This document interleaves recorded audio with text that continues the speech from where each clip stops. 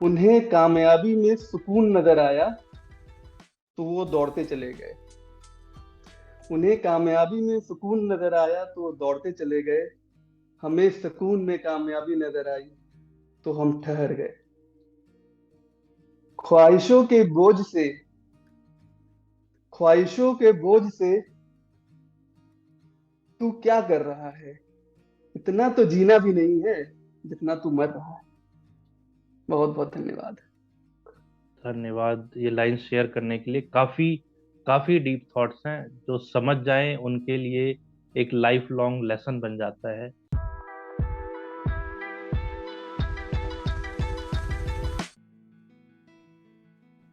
कुछ तो लोग कहेंगे, लोगों का काम है कहना। ये ख्याल हम सबके मन में आता है जब भी हम कुछ नया करने की कोशिश करते हैं, या फिर जब हमारी लाइफ में चैलेंजेस होते हैं और हर कोई चाहता है कि हम कुछ भी ऐसा ना करें जिससे उन्हें लगे कि नहीं ये कैसे कर गया। तब लोगों के मन में एक ही ख्याल होगा कि नहीं, ये कुछ भी हो जाए ये मुझसे आगे ना बढ़ पाए, और इसी डर में हम सब लोग कुछ भी नहीं कर पाते। और ये टॉक शो हमने इसीलिए शुरू किया है कि चले देखते हैं, कुछ तो लोग कहेंगे, लेकिन हम उसके बावजूद कुछ ना कुछ करके दिखाएंगे। और आज के हमारे गेस्ट हैं अविनाश चौधरी, जो सीनियर मैनेजर हैं।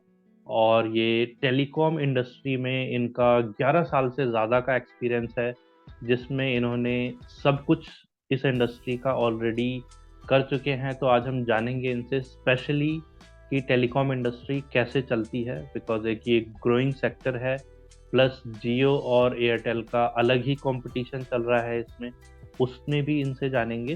लेकिन पहले शुरू करते हैं इनकी कहानी से कि क्या है अविनाश की कहानी। तो अविनाश, आप कुछ बताना चाहेंगे अपने बारे में हमारे दर्शकों को? बिल्कुल विकास जी, पहले तो मैं आपका बहुत धन्यवाद देना चाहूँगा कि आपने मुझे इस प्लेटफॉर्म पे इनवाइट किया है। और मुझे अब मैं जहाँ पे मैं अपनी कहानियाँ जो मेरे साथ अब तक मेरे 33 इयर्स के करियर में प्रोफेशनली प्लस जो पर्सनली हुई हैं, वो मैं आपके साथ और अपने दर्शकों के साथ साझा कर पाऊँ। तो मेरा जन्म जो प्रयागराज में हुआ है, प्रयागराज पहले इलाहाबाद कहते थे, कई बार उसके नाम चेंज हुए हैं थ्रू आउट हिस्ट्री, इतिहास में कई बार उसके नाम चेंज हुए हैं। एक बार वो इंडिया का नेशनल भी कैपिटल भी रह चुका है, अगर अगर आपको मैं बताना चाहूँगा। तो मैं 1989 में मैं प्रयागराज में मेरी पैदाइश हुई है। उसके बाद फिर मेरी जो स्कूलिंग पूरी रही है वो महर्षि विद्या मंदिर में रही है अप टू क्लास 10 तक, 10 तक। और उसके बाद 11वीं 12वीं मैंने केंद्रीय विद्यालय में शिक्षा प्राप्त की। तो ये मेरा स्कूल का और जो स्कूलिंग रही है वो रहा है इलाहाबाद में। उसके बाद मैंने फिर ब्रेक लिया, प्रिपरेशन किया था मैंने इंजीनियरिंग का कानपुर में। और फिर मैंने ट्रिपल आईटी जबलपुर में, अ, वहाँ से मैंने इलेक्ट्रॉनिक्स में अपना बीटेक कंप्लीट किया है, बैचलर ऑफ टेक्नोलॉजी। और उसके बाद फिर मैं नोएडा में सैमसंग कंपनी में, सैमसंग कंपनी के बराबर में एक कंपनी है वो, वहाँ पे मैंने अपना करियर स्टार्ट किया है। उसके बाद फिर कई सारे चेंज हुआ है करियर में, इनिशियल चेंजेस हुए हैं। देन मैं रेलटेल में फिर ऑन बोर्ड हुआ हूँ 2012 में। उसके बाद से मैं रेलटेल में एज ए सीनियर मैनेजर अभी वर्क कर रहा हूँ इन टेलीकॉम डोमेन। इसमें काफ़ी सारी मुझे सिमिलैरिटी लगी, जो एक काफ़ी इंटरेस्टिंग चीज़ है। जैसे आपने बताया आपकी डेट ऑफ बर्थ 1989 में आपका जन्म हुआ था, तो मेरा जो ईयर है वो 1988 है, तो ऑलमोस्ट क्लोज ही है। और वही, वैसे जनरली मुझे जहाँ तक मिलता था पास्ट में, ऐसा होता है कि मैं यंगेस्ट होता था। आजकल मेरे लिए नॉर्मल हो गया है कि मैं यंगेस्ट नहीं, उल्टा ओल्ड ही निकलता हूँ। और एक और चीज़, जैसे आपने केवी से अपनी स्टडीज़ की हैं, तो सेम मेरा भी केवी से ही रहा है। वो अलग बात है कि हाँ, आपने बीटेक की और मेरी जर्नी वहां से बिल्कुल ही बदल गई, लेकिन डेफिनेटली ये जर्नी आपके बारे में है। तो आपने एक चीज बताई कि आपने सैमसंग के पास जो कंपनी थी वहां से जॉब शुरू की, और अभी आप रेलटेल में हैं। तो कोई ऐसा आपकी नज़र में कोई इंसिडेंट या आपकी लाइफ में ऐसा हुआ हो जहां आपको लगा कि ये मैं क्या कर रहा हूँ, या मैं आगे लाइफ में कभी सक्सेसफुल हो भी पाऊंगा या नहीं? डेफिनेटली। जब मैं उस जो कंपनी का नाम था एक्टिव सेंसिंग थी, वो यूएस बेस्ड कंपनी थी। तो मुझे लगा कि मैंने क्लास में अपने कॉलेज के टाइम में आई हैव स्पेंट 4 इयर्स, 4 साल मैंने अपने वहाँ पे इलेक्ट्रॉनिक्स में दिए। Now I have to do coding, क्योंकि वहाँ जाते ही मुझे बोला कि आप एसक्यूएल पे काम करिए, आप डेटाबेस पे काम करिए। तो मुझे लगा कि नहीं, कहीं ना कहीं तो ये गैप है कि मैंने पढ़ाई कुछ और की करी है, काम मैं कुछ और कर रहा हूँ। तो फिर वहाँ पे जो मेरे सीनियर थे उनके साथ फिर मैंने मीटिंग करी, and then I specifically told him कि ये देखिए, ये मेरा फील्ड अलग है जहाँ से मैंने पढ़ाई की है, और जो आप करा रहे हैं वो दोनों काफी ज्यादा उस दोनों में मतभेद भी है। प्लस वो उस चीज में मैं उतना एफिशिएंट भी नहीं हूँ, और अगर मैं उस पे उस लायक काबिल नहीं हूँ तो हो सकता है मैं फॉर द टाइम भी कर ले जाऊं, बट ये आगे के लॉन्ग टर्म में मैं नहीं कर पाऊंगा।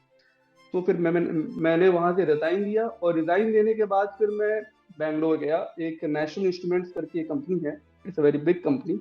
वहां पे मैंने इंटरव्यू दिया।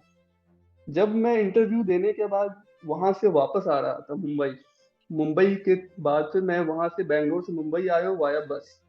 जो बस का ट्रैवल था, वो ट्रैवल ऑलमोस्ट दिन का था, और दिन में वो जो रूट था वो काफी अच्छा था।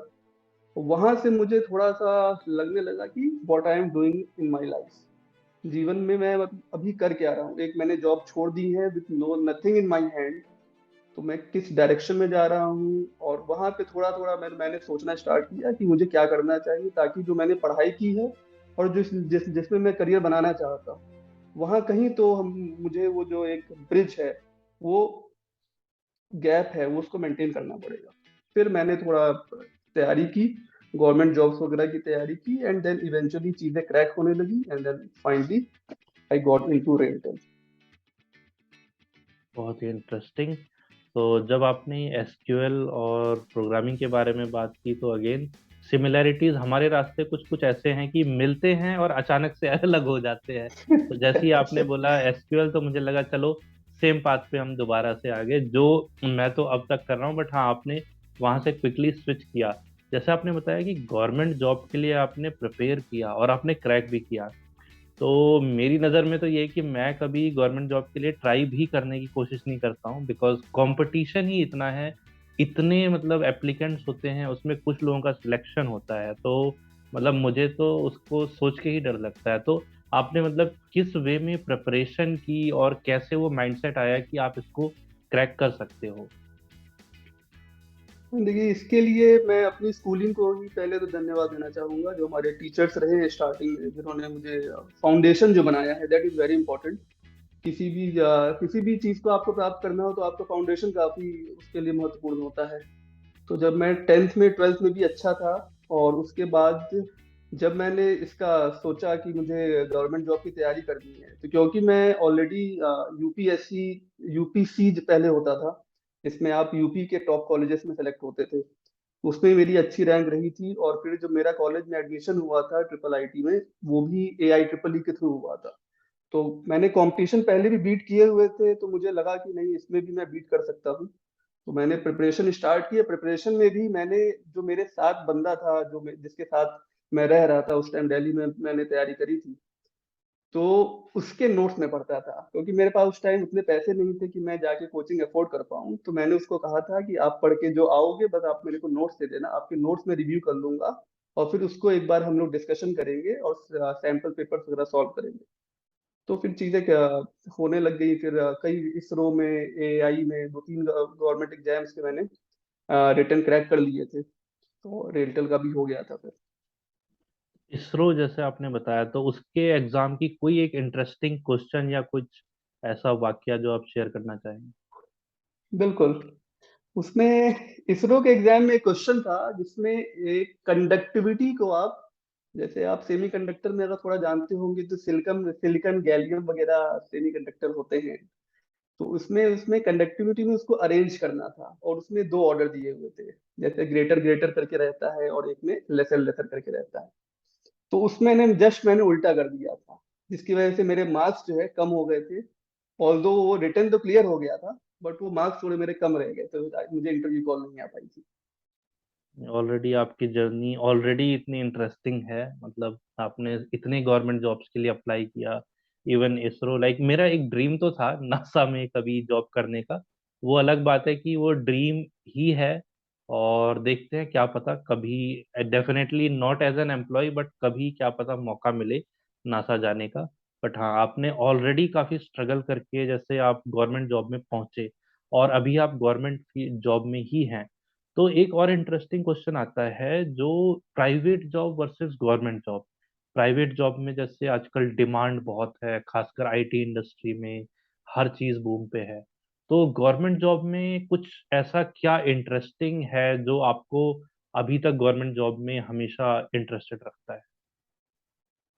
देखिए, गवर्नमेंट जॉब के, या गवर्नमेंट जॉब हो या प्राइवेट जॉब हो, दोनों के एक प्रोज एंड कॉन्स हमेशा रहते हैं। इवन किसी भी चीज के प्रोज एंड कॉन्स रहते हैं जब आप सेम सेम चीजें कंपेयर कर रहे हो रहे हो तो अगर मैं गवर्नमेंट जॉब की बात करूं तो गवर्नमेंट जॉब में जो मुझे एक एडवांटेज दिखता है, जो मुझे उस पे मतलब काफी लाभ भी होता है, वो है उसका एक वैल्यू। मुझे जो उसके साथ जो मॉनेटरी बेनिफिट कह ले या सिक्योरिटी बेनिफिट कह ले, उसके बारे में मैं हो सकता है आगे बात करूं, बट जो वैल्यू एडिशन मुझे दिखता है, मैं कहीं भी जाता हूं तो जो रिकग्निशन मिलता है, be it a senior manager of some government company, वो रिकग्निशन काफी ज्यादा आपको प्रेरित करता है कि आप अपने जो भी, चाहे वो नेशनल मिशन हो, जो हमारे वो माननीय प्रधानमंत्री जी ने दिया हुआ है डिजिटल इंडिया मिशन, और जो अश्विनी वैष्णव जी ने पूरा टेलीकॉम डोमेन पे जो काम कर रहे हैं, तो इस सब में अगर मैं भी काम करता हूँ, मैं भी अपनी कुछ उसमें कंट्रीब्यूशन दे पाता हूँ, तो मुझे काफी प्रेरणा देता है। और अभी जिस तरह का मैं प्रोजेक्ट हैंडल कर रहा हूँ, वो प्रोजेक्ट मुझे काफी ज्यादा मोटिवेट करते हैं और ड्राइव करते हैं मुझे कि मैं लगातार उसमें अच्छा परफॉर्म करता रहूँ। गवर्नमेंट सेक्टर में दो कुछ ऐसे लोग भी हैं जो मेरे पीयर्स हैं, जो मेरे कलीग्स हैं, जिनको मैंने देखा है कि वो काम नहीं भी करते हैं, at the end of the month salary दोनों के सबके पास समान ही आती है। बट फिर आप एवरीडे आप क्या करते हैं और आप क्या लेके आते हैं घर, आप क्या क्या सोच, क्या आपने पूरे दिन में क्या किया, कितना आपने कंपनी को दिया है, टाइम दिया है, अपना जो कैपेबिलिटी है उसके अकॉर्डिंग काम किया है, वो चीज आपको ज्यादा मोटिवेट करती है और that will take you higher.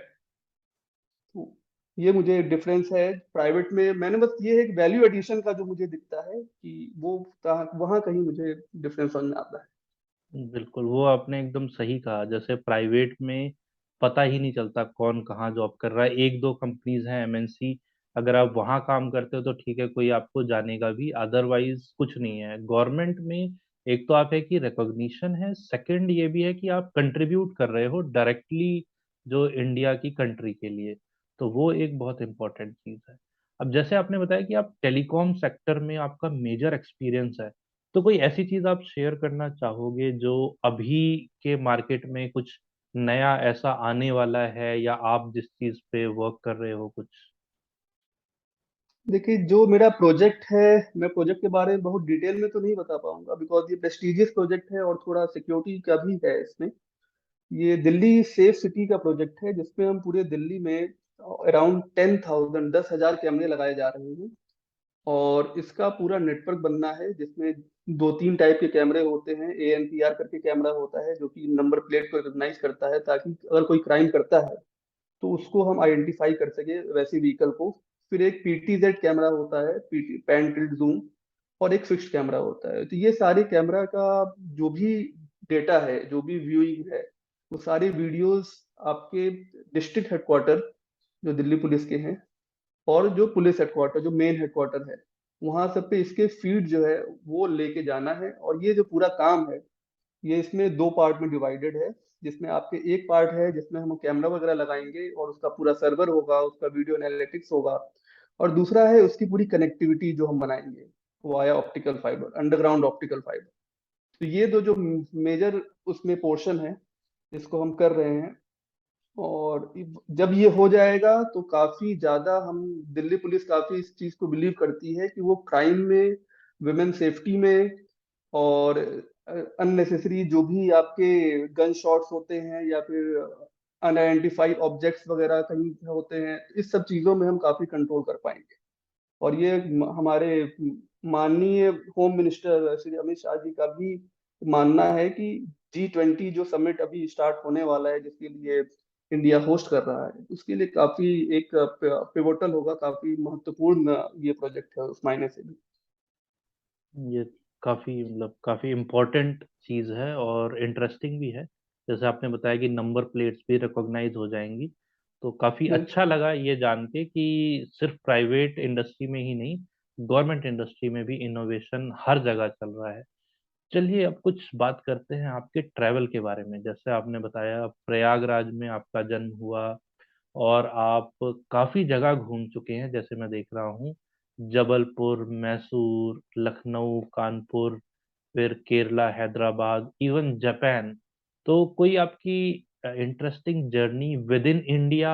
Japan जाने से पहले मैं डेफिनेटली चाहूंगा पहले हम इंडिया ही पूरा एक्सप्लोर कर लें आपके साथ। तो इस ट्रैवल के दौरान कोई आपकी ऐसी जर्नी जहां आपको लगा कि ये तो मैंने पहले कभी एक्सपीरियंस ही नहीं किया, या फिर कुछ ऐसा आप बताना चाहो जिसके लिए हमें भी वो विजिट करना चाहिए, जो शायद अभी हम लोग मिस कर रहे हैं? देखिए, इसमें जो कई सारी मैंने इसमें जगह लिखी है, वो नॉर्मली सारी वैसी जगह है जहाँ पे लोग आते जाते हैं, टूरिस्ट के पर्पज से भी प्लस वर्क के पर्पज से भी। तो दोनों ही है, बट मैं इसमें एक जगह मैं बताना चाहूंगा। एक जगह है रायचूर करके, जो मैंने मेंशन नहीं किया है, तो कई सारी जगह है जो उसको मैंने इसमें मेंशन नहीं किया था जहाँ पे मैं गया हूँ। तो रायचूर में मैं इसी कंपनी में पोस्टेड था। रायचूर में जब मेरी इनिशियल पोस्टिंग, फर्स्ट पोस्टिंग मेरी रायचूर में ही हुई थी, वो कर्नाटका और आंध्रा की बाउंड्री के पास पड़ता है। तो वहां पे जब एक बार मैं साइट पे गया, साइट पे देखा कि रेलवे ट्रैक पे ही हम लोग का नॉर्मली अंडरग्राउंड फाइबर जाता है। तो वहां पे कुछ प्रोजेक्ट चल रहा था, तो जब मैं वहां पे गया तो वहां देखा कि पूरा फील्ड है वो जला हुआ है। तो जब मैं देखा ये जला क्यों है, सारा सब हर जगह इतना काला काला क्यों है, फिर मैं थोड़ा आगे गया। तब फिर मैंने देखा कि यार यहाँ पे तो ये कॉटन फार्मिंग हो रही है।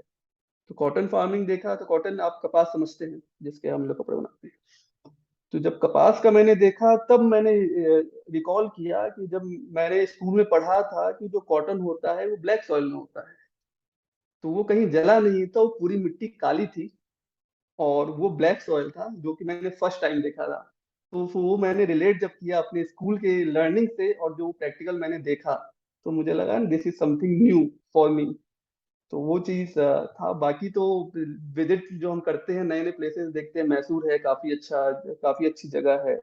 केरल है, केरल में भी कई जगह है। केरल में एक वर्कला बीच है जिसको मिनी गोवा कहते हैं। तो वो मुझे काफी पसंद आया जब मैं गया था। तो जो मॉर्निंग वाला जो उसका व्यू था, जो वाइफ थी, दैट वाज क्वाइट, मतलब काफी ज्यादा आपको सेल्फ ड्राइव भी करने वाला था और प्रेरणा देने वाला भी।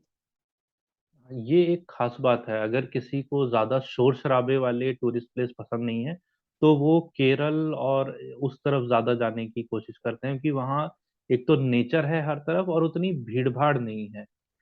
और स्पेशली बिल्कुल। जो आपने कॉटन फील्ड का शेयर किया वो काफी मतलब एकदम थोड़ा चौंकाने वाला था मेरे लिए भी, क्योंकि अगर फर्स्ट टाइम हम देखेंगे तो ऐसा लगेगा कि यहाँ सब कुछ ये कहाँ से आग लग गई, क्या हुआ। बट ये चलिए अब हमारे लिए जानना आसान होगा अगली बार कि शुरू में देख के हमें डर नहीं जाना है।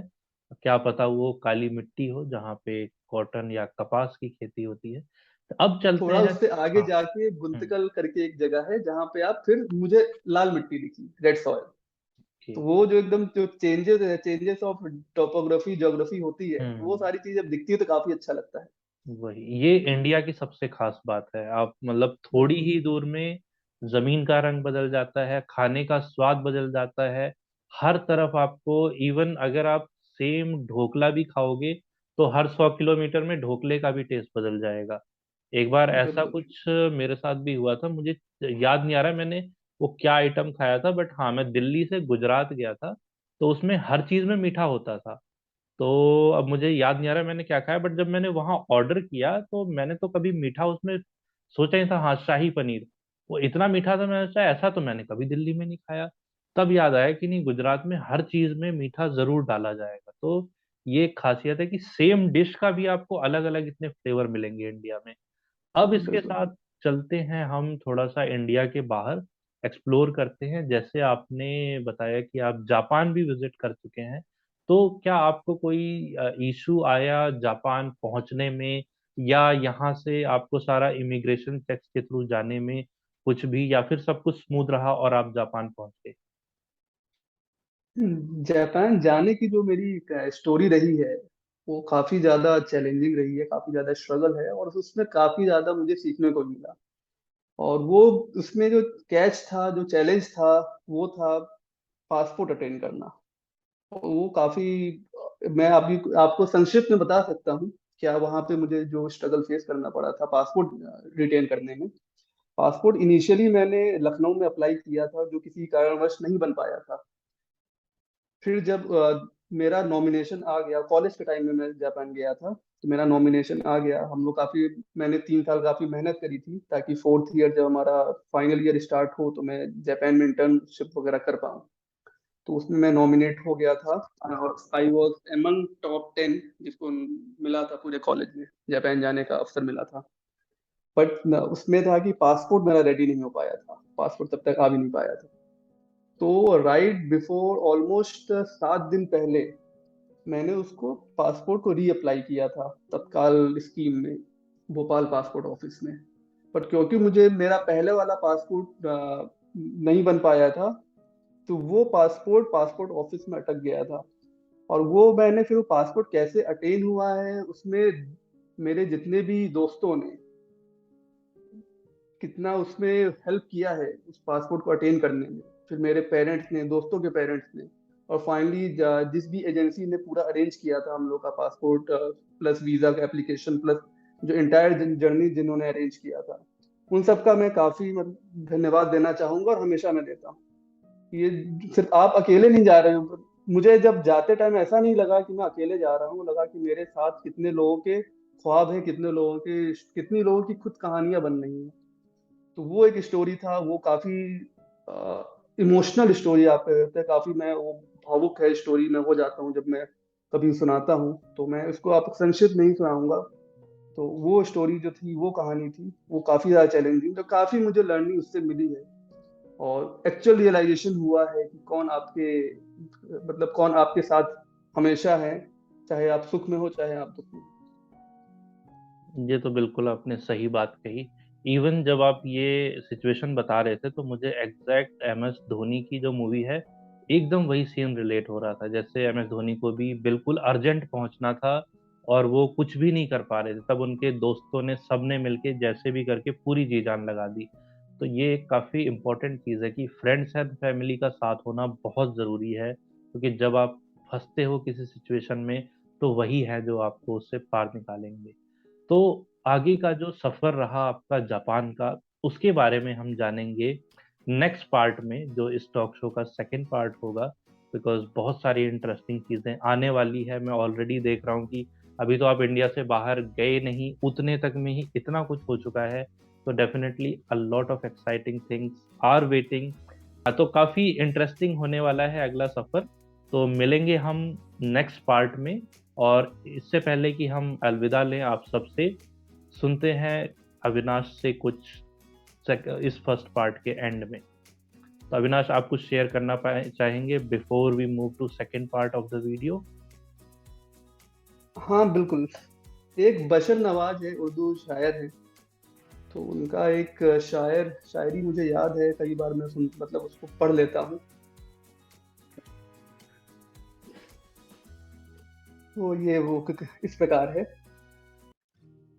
उन्हें कामयाबी में सुकून नजर आया तो वो दौड़ते चले गए। उन्हें कामयाबी में सुकून नजर आया तो वो दौड़ते चले गए। हमें सुकून में कामयाबी नजर आई तो हम ठहर गए। ख्वाहिशों के बोझ से, ख्वाहिशों के बोझ से तू क्या कर रहा है, इतना तो जीना भी नहीं है जितना तू मर रहा है। बहुत बहुत धन्यवाद। धन्यवाद ये लाइन शेयर करने के लिए। काफी काफी डीप थॉट्स हैं, जो समझ जाएं उनके लिए एक लाइफ लॉन्ग लेसन बन जाता है। इसके साथ हम कंप्लीट करते हैं पार्ट 1 इस टॉक शो का। जल्द ही मिलेंगे आप सबसे पार्ट 2 में। तो तब तक के लिए एंजॉय योर लाइफ।